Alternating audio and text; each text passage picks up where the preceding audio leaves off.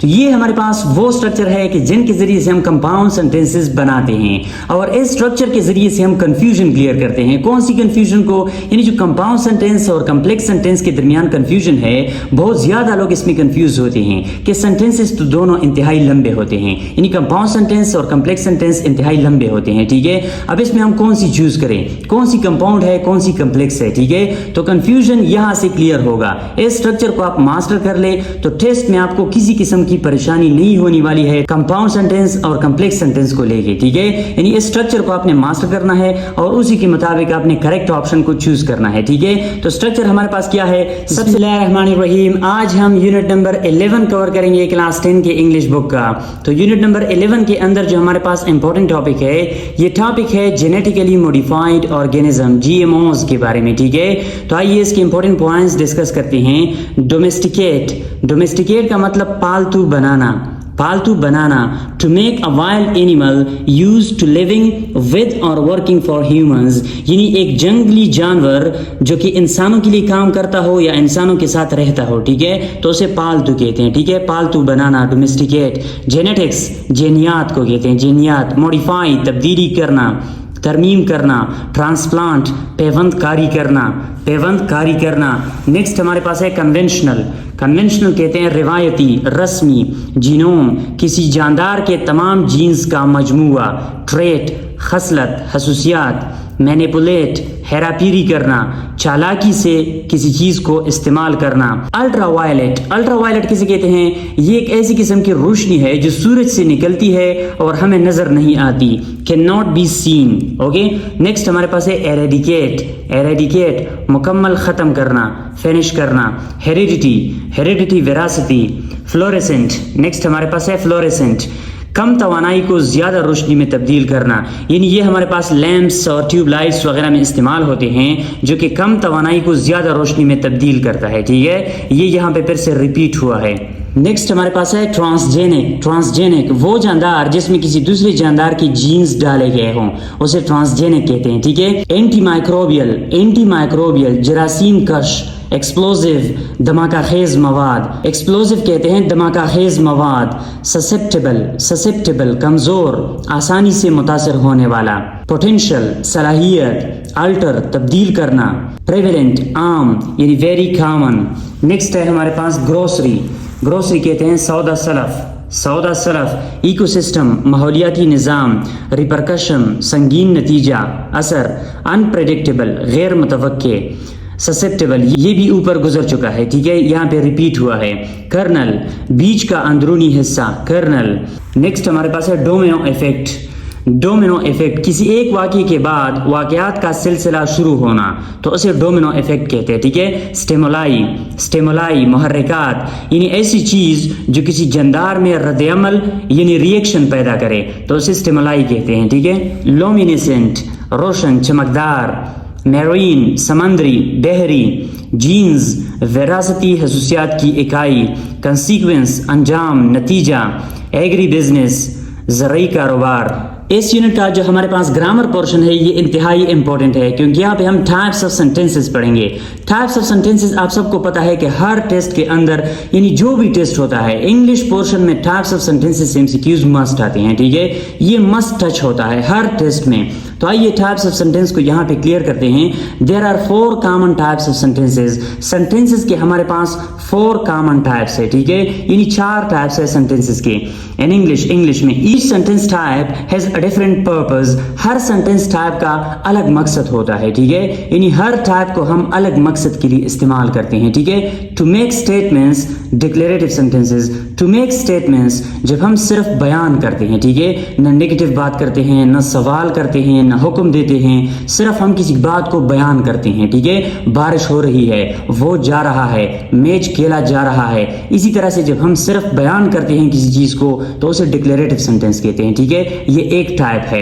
दूसरा है to ask questions, कि हम क्वेश्चन करते हैं। ठीक है, यानी सवालात पूछते हैं सेंटेंसेस में, तो उसे इंटरोगेटिव सेंटेंसेस कहते हैं। ये दूसरा टाइप है सेंटेंसेस का। ठीक है, to give commands, suggestions, warning, हम किसी को वार्निंग देते हैं, किसी को कोई तजवीज़ देते हैं, या हम किसी को हुक्म देते हैं। ठीक है, यानी ऐसे जुमले कि जिनमें हम हुक्म देते हैं, कमांड करते हैं किसी किसी को मशवरा देते हैं, किसी को वार्निंग देते हैं, तो उसे इंपेरेटिव सेंटेंसेस कहते हैं। ठीक है, नेक्स्ट हमारे पास है to express strong emotions with statements. जब हम अपने फीलिंग्स को, अपने एहसासात को शो करना चाहते हैं सेंटेंसेस में, तो उन सेंटेंसेस को हम एक्सक्लेमेटरी सेंटेंसेस कहते हैं। ठीक है, ये 4 हमारे पास कॉमन टाइप्स है सेंटेंसेस की। ठीक है, इन 4 टाइप्स को हम क्यों इस्तेमाल करते हैं, ये इनके पर्पसेस है। ठीक है, इनको बयान करने के लिए हम इनका इस्तेमाल करते हैं। ठीक है, तो आइए नीचे देखते हैं कि नीचे हमारे पास क्या है।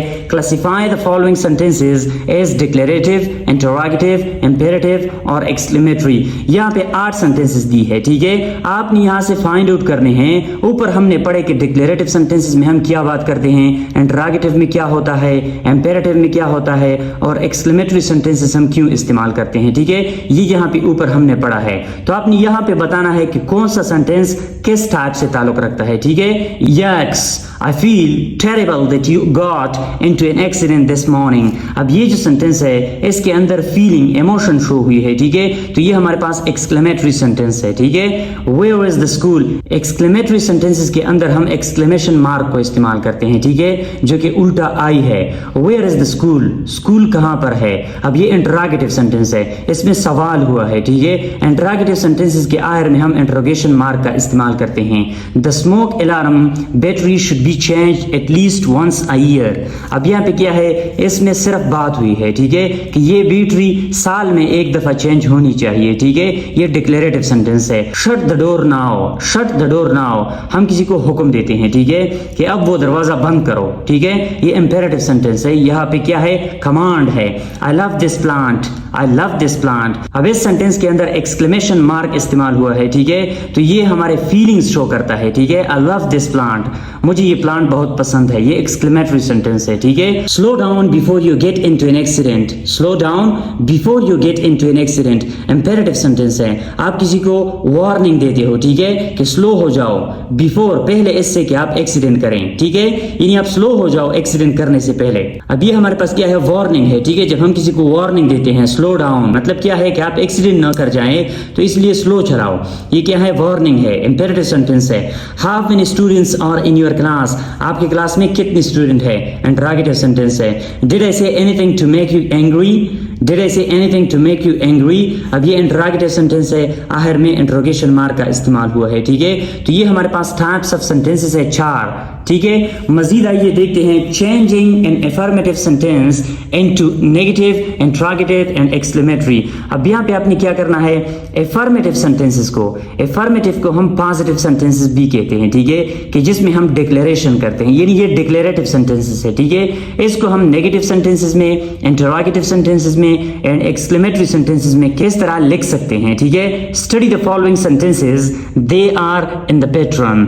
ये नीचे सेंटेंसेस दी है, वो इस पैटर्न से बनाई गई है। ठीक है, यानी इस स्ट्रक्चर को इस्तेमाल करके इन सेंटेंसेस को बनाया गया है। ठीक है, स्ट्रक्चर क्या है, एडजेक्टिव का इस्तेमाल हुआ है, उसके बाद ऑफ का इस्तेमाल हुआ है, उसके बाद नाउन या प्रोनाउन, और उसके बाद टू इन्फिनेटिव, यानी टू और इन्फिनेटिव का इस्तेमाल हुआ है। ठीक है, इस स्ट्रक्चर का इस्तेमाल करके यहाँ पे सेंटेंसेस बनाए हैं। ठीक है, तो पहला हमारे पास एफर्मेटिव सेंटेंस होगा, और फिर उस एफर्मेटिव सेंटेंस से हम क्या करेंगे, negative, interrogative and exclamatory sentences बनाएंगे। ठीक है, for example, it was good of him to help the poor man, it was good of him to help the poor man. अब ये एफर्मेटिव सेंटेंस है। ठीक है, ये नहीं डिक्लेरेटिव सेंटेंस है। यहाँ पे क्या है, इट वॉज गुड, गुड हमारे पास एडजेक्टिव है, उसके बाद ऑफ है, उसके बाद ये प्रोनाउन है। ठीक है, उसके बाद टू हेल्प यानी इन्फिनेटिव है यहाँ पे। ठीक है, तो इस स्ट्रक्चर का इस्तेमाल करके ये इस सेंटेंस को बनाया गया है। ठीक है, अब इस सेंटेंस से हम नेगेटिव किस तरह बनाएंगे, it was not good of him to help the poor man, यानी यहाँ पे हम नॉट का इजाफा करेंगे। ठीक है, इससे एक्सक्लेमेटरी किस तरह बनाएंगे, how good of to help the poor man, यहाँ पे हम क्या करेंगे, एक्सक्लेमेशन मार्क लगाएंगे और यहाँ पे हाउ का इजाफा करेंगे। ठीक है, how good of him to help the poor man, structure वही रहेगा। इससे हम इंटरोगेटिव यानी सवालिया जुमला किस तरह बनाएंगे, इस अफर्मेटिव सेंटेंस से, was it good of him, यानी यहाँ पे जो हेल्पिंग वर्ब है इसको हम सब्जेक्ट से पहले इस्तेमाल करेंगे और आखिर में हम इंटरोगेशन मार्क का इस्तेमाल करेंगे। ठीक है, was it good of him to help the poor man, structure बाकी वही रहेगा। ठीक है, adjective, of, pronoun and infinitive. Structure यहाँ पे हमारे पास वही रहेगा, ठीक है। Was it good of him to help the poor man, अब यहाँ पे ये अफर्मेटिव सेंटेंस है, इससे हमने negative, exclamatory and interrogative sentences इस तरह बनाए हैं, ठीक है। नेक्स्ट हमारे पास अफर्मेटिव सेंटेंस है Shazia pass the test. Shazia pass the test, Shazia ने टेस्ट पास किया। ये अफर्मेटिव सेंटेंस है जिसे हम डिक्लेरेटिव सेंटेंस कहते हैं, ठीक है, कि जिसमें बयान है, ठीक है। Shazia did not pass the test, ये नेगेटिव है, ठीक है। ये हमारे पास सिंपल पास्ट टेंस है। सिंपल पास्ट से जब हम नेगेटिव बनाएंगे तो सिंपल पास्ट का जो हेल्पिंग वर्ब है वो डिड है, ठीक है। डिड के साथ हम नॉट का इजाफा करेंगे। जब यहाँ पे डिड आएगा यानी डू का सेकंड फॉर्म आएगा डिड, तो यहाँ पे हम इस वर्ब का फर्स्ट फॉर्म पर लगाएंगे, ठीक है, क्योंकि एक बार सेकंड फॉर्म यहाँ पे इस्तेमाल होता है तो दूसरी बार हम सेकंड फॉर्म का इस्तेमाल नहीं करते। Shazia did not pass the test, ये नेगेटिव है। Hurray Shazia pass the test, ये एक्सक्लेमेटरी सेंटेंस है। जब हम खुशी से ये बात बयान करते हैं तो हम खुशी के अल्फाज भी यहाँ पे लिखते हैं, ठीक है। Hurray Shazia pass the test, अब ये एक्सक्लेमेशन मार्क है, ठीक है। Did Shazia pass the test, इससे जब हम नेगेटिव बनाएंगे तो इसका जो हमारे पास हेल्पिंग वर्ब है वो डिड है। डिड सब्जेक्ट से पहले आएगा और आखिर में इंटरोगेशन मार्क इस्तेमाल होगा, ठीक है। Did Shazia pass the test, क्या शाजिया ने टेस्ट पास किया है, ये इंटरोगेटिव सेंटेंस है, ठीक है। यानी अफर्मेटिव सेंटेंस को हम negative, exclamatory and interrogative sentences इस तरह से हम बनाएंगे, ठीक है। नेक्स्ट हमारे पास है Peshawar is a very big city, ये अफर्मेटिव सेंटेंस है, ठीक है। What a big city Peshawar is, ये सिटी 2022 में आई थी, ठीक है, कि which type of sentence is this, यानी ये कौन सी टाइप है सेंटेंस का, ठीक है। Peshawar is a very big city, ये अफर्मेटिव सेंटेंस है यानी पॉजिटिव सेंटेंस है जिसे हम डिक्लेरेटिव सेंटेंस कहते हैं। Peshawar is not a very big city, ये नेगेटिव है, ठीक है। पेशावर बहुत बड़ा शहर नहीं है, ठीक है। What a big city Peshawar is, कितना बड़ा शहर है पेशावर, ठीक है। Is Peshawar a very big city, क्या पेशावर एक बहुत बड़ा शहर है, ये इंटरोगेटिव है, ठीक है। तो अफर्मेटिव से हम इसी तरह से negative, exclamatory and interrogative sentences बनाते हैं, ठीक है। नेक्स्ट जो हमारे पास टॉपिक है rewrite the following sentences in negative, exclamatory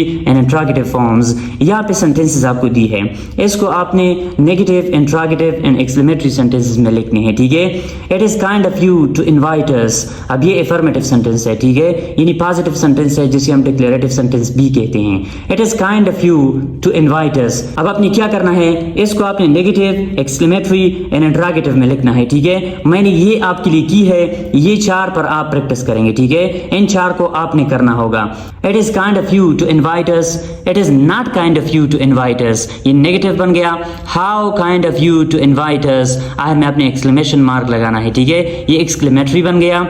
is it kind of you to invite us, is it kind of you to invite us, आपने इंटरोगेटिव सेंटेंस किस तरह बनाना है, हेल्पिंग वर्ब को आपने सब्जेक्ट से पहले इस्तेमाल करना है और आखिर में आपने सवालिया निशान लगाना है, ठीक है। Is it kind of you to invite us, अब ये मैंने पहला आपके लिए की है, बाकी इस पर आप प्रैक्टिस करें, ठीक है। नेक्स्ट जो हमारे पास है सिंपल सेंटेंस, यानी सिंपल सेंटेंस क्या होता है, a simple sentence is the simplest form of a sentence, ये सेंटेंस का इंतहाई सिंपल फॉर्म होता है, ठीक है। It contains the basic components like make a sentence that is subject, verb and the complete thought. इसमें हमारे पास क्या होता है, बेसिक कंपोनेंट्स होते हैं, यानी सेंटेंस के अंदर जो बुनियादी चीजें होती है, जिस तरह सब्जेक्ट होता है, वर्ब होता है और कंप्लीट थॉट होता है, ये चीजें इनमें होती है। यानी सिंपल सेंटेंस के अंदर हमारे पास सब्जेक्ट होता है, वर्ब होता है और ये हमें कंप्लीट मीनिंग देता है, ठीक है। तो ये सिंपल सेंटेंस के अंदर ये चीजें होती है। अगर सेंस कंप्लीट नहीं होता, मीनिंग कंप्लीट नहीं होता तो उनको हम सेंटेंस ही नहीं कहते हैं, ठीक है। यानी कंप्लीट थॉट मस्ट होगा, ठीक है, सब्जेक्ट, वर्ब और कंप्लीट थॉट, यानी मुकम्मल मीनिंग देगा ये।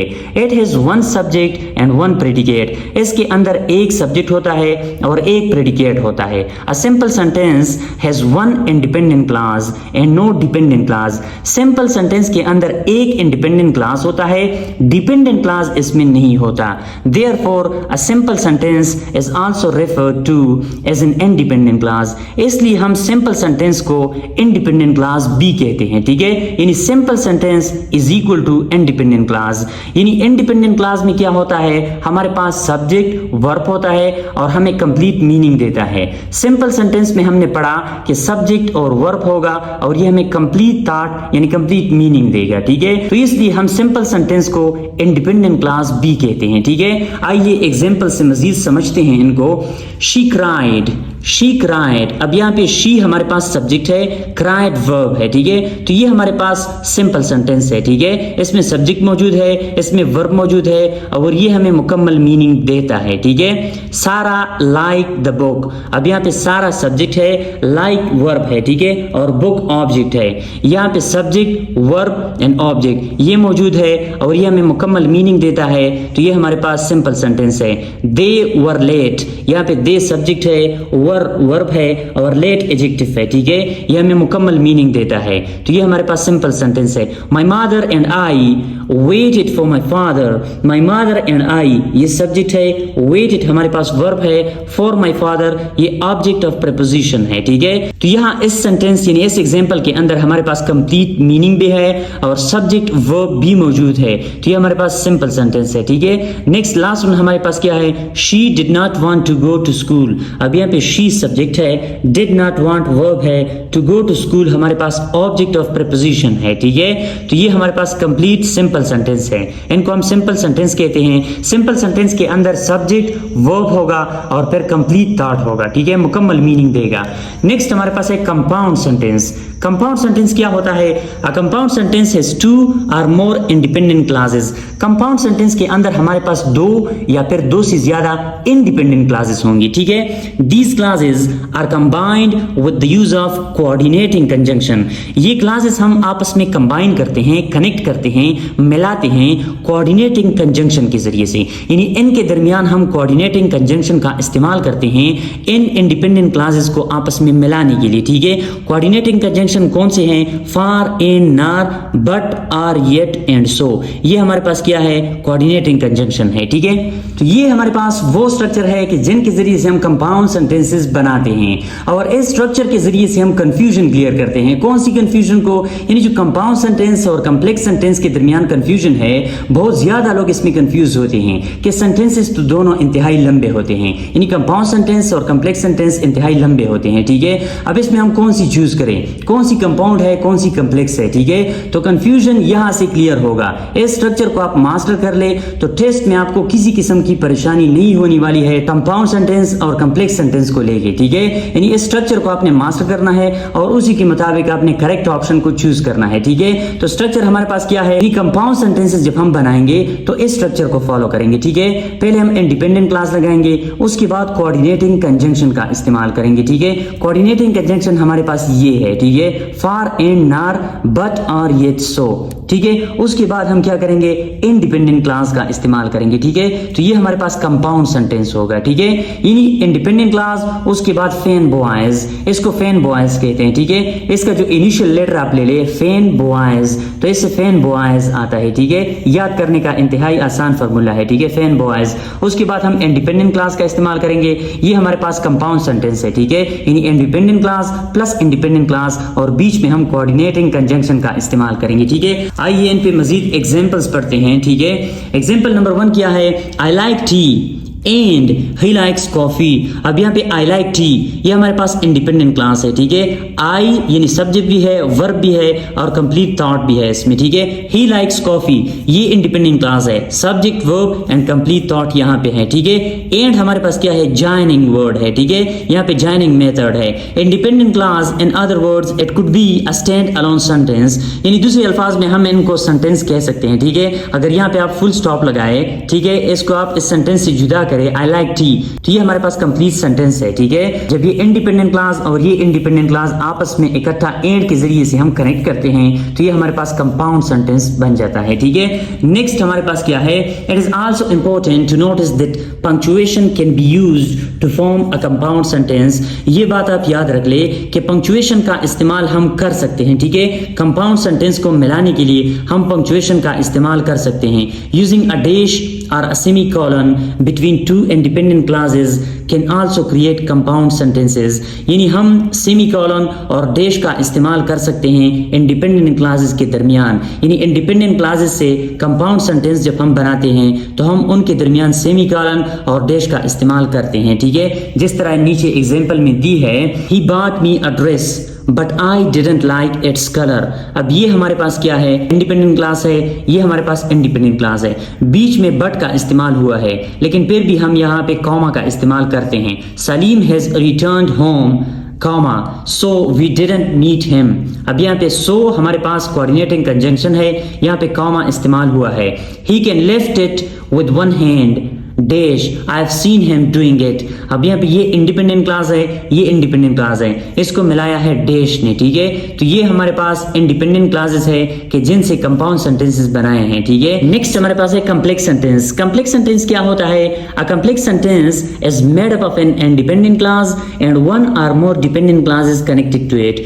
कम्प्लेक्स सेंटेंस हमारे पास वो सेंटेंस होता है कि जिसके अंदर इन इंडिपेंडेंट क्लास, एक इंडिपेंडेंट क्लास होगी, ठीक है, वन और मोर, एक या एक से ज्यादा डिपेंडेंट क्लासेस होंगी उस इंडिपेंडेंट क्लास के साथ, ठीक है। In complex sentences the clauses are connected by subordinating conjunction. Complex sentence के अंदर हम क्या करेंगे, क्लासेस को आपस में कनेक्ट करेंगे सबऑर्डिनेटिंग कंजंक्शन से, ठीक है।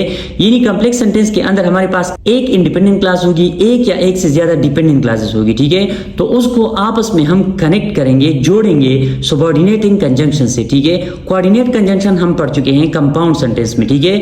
अब कम्प्लेक्स सेंटेंस के अंदर सबऑर्डिनेटिंग कंजंक्शन है। सबऑर्डिनेटिंग कंजंक्शन हमारे पास कौन से है? Some common subordinating conjunctions include when, until, because, while, if, although, after, as, before, whenever, since and where is.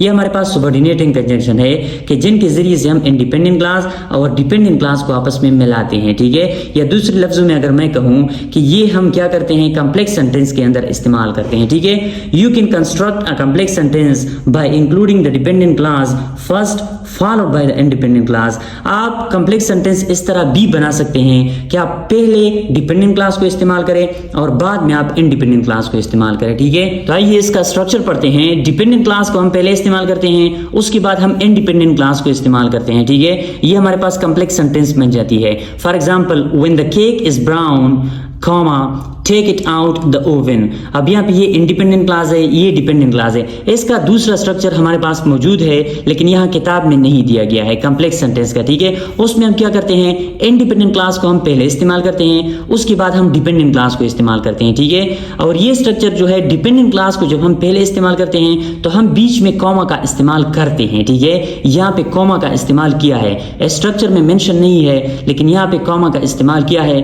उसके बाद इंडिपेंडेंट क्लास का इस्तेमाल किया है, ठीक है। जब हम इंडिपेंडेंट क्लास को पहले इस्तेमाल करते हैं तो बीच में फिर हम कॉमा का इस्तेमाल नहीं करते, क्योंकि डिपेंडेंट क्लास में हमारे पास यहाँ पे सबऑर्डिनेटिंग कंजंक्शन मौजूद होते हैं, ठीक है। और subordinating conjunction as a connector काम करते हैं, वो इंडिपेंडेंट क्लास और डिपेंडेंट क्लास को मिलाते हैं, कनेक्ट करते हैं। तो बीच में जब सबऑर्डिनेटिंग कंजंक्शन आ जाता है तो हम कॉमा का इस्तेमाल नहीं करते। जब हम डिपेंडेंट क्लास पहले इस्तेमाल करते हैं तो यहाँ पे सबऑर्डिनेटिंग कंजंक्शन स्टार्ट में आ जाता है, सेंटेंस के स्टार्ट में।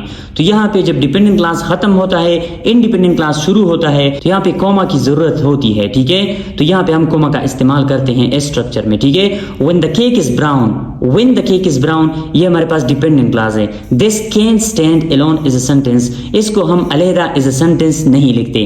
Take it out the oven, take it out the oven, ये इंडिपेंडेंट क्लास है। This can stand alone as a sentence, इसको हम अलहदा इज अ सेंटेंस लिख सकते हैं, ठीक है। Note that a comma should be used at the end of the dependent class if you are writing the dependent class first. However, if you are including the independent class first, a comma should not be used. अब ये ही वो बात है जो मैंने यहाँ पे आपको एक्सप्लेन की है, ठीक है। मुझे लगा कि स्ट्रक्चर में इंक्लूड नहीं की है तो यहाँ पे शायद ना हो, ठीक है। तो ये बात मैंने यहाँ पे आपको एक्सप्लेन की है, ठीक है। अगर हम इंडिपेंडेंट को स्टार्ट में लिखते हैं तो हम कॉमा का इस्तेमाल नहीं करते, अगर हम डिपेंडेंट को स्टार्ट में लिखते हैं तो हम कॉमा का इस्तेमाल करेंगे, ठीक है। नेक्स्ट हमारे पास है state whether the following sentences are simple, compound और complex। आप ये बताएं कि नीचे दी गई सेंटेंसेस हमारे पास सिंपल सेंटेंसेस है, कंपाउंड सेंटेंसेस है या फिर कम्प्लेक्स सेंटेंसेस है, ठीक है। अब ये यहाँ पे मैंने आपके लिए की है, लेकिन इस पर अगर आप खुद प्रैक्टिस करें, यानी simple, compound and complex sentence को पढ़ने के बाद इस पर अगर आप खुद प्रैक्टिस करें तो ये आपके लिए इंतहाई मुफीद रहेगा, ठीक है। पहले दो मैं आपके लिए कर देता हूँ, बाकी 8 आप खुद करेंगे, ठीक है। The house was destroyed in the fire but the whole whole family was saved. अब ये हमारे पास कंपाउंड सेंटेंस है। ये the house was destroyed in the fire, ये इंडिपेंडेंट क्लॉज है, इसको हम अलहदा लिख सकते हैं। बट हमारे पास कोऑर्डिनेट कंजंक्शन है, फैन बॉयज के अंदर आता है, ठीक है। The whole family was saved, ये हमारे पास इंडिपेंडेंट क्लॉज है, तो दो इंडिपेंडेंट क्लॉजेस को कोऑर्डिनेट कंजंक्शन ने मिलाया है, ये हमारे पास कंपाउंड सेंटेंस बना है, ठीक है। Walking through the wood he saw a fox that was following him, he saw a fox, अब यहाँ पे ही सब्जेक्ट है, ये वर्ब है, दैट सब्जेक्ट है, ये वर्ब है, तो हमारे पास क्या है, दैट से शुरू हुई है, ये हमारे पास डिपेंडेंट क्लास है। डिपेंडेंट क्लास जिस सेंटेंस के अंदर होगी वो हमारे पास कॉम्प्लेक्स सेंटेंस होगी, ठीक है। The large horses walked slowly, the large horses walked slowly. Simple sentence के अंदर आपने एक चीज देखनी है, सिंपल सेंटेंस के अंदर एक सब्जेक्ट होगा, एक वर्ब होगा। यहाँ पे ये सब्जेक्ट है, ये भी सब्जेक्ट है, यहाँ पे ये वर्ब है, ये वर्ब है, तो जब दो सब्जेक्ट होंगे, दो वर्ब होंगे, तो वो सिंपल सेंटेंस नहीं हो सकती, ठीक है। यहाँ पे द लार्ज हॉर्सेस, ये हमारे पास क्या है, सब्जेक्ट है, वॉक्ड ये हमारे पास वर्ब है, ठीक है, तो ये सिंपल सेंटेंस है। इस पर आपने खुद प्रैक्टिस करना है। ये जो है the evil that men do lives after them, ये कॉम्प्लेक्स सेंटेंस है, ये SST 2022 में आई थी, ठीक है। ये कॉम्प्लेक्स सेंटेंस क्यों है आपने मुझे कमेंट बॉक्स में बताना है, ठीक है, कि इसके अंदर डिपेंडेंट क्लास कौन सी है, इंडिपेंडेंट क्लास कौन सी है, ठीक है।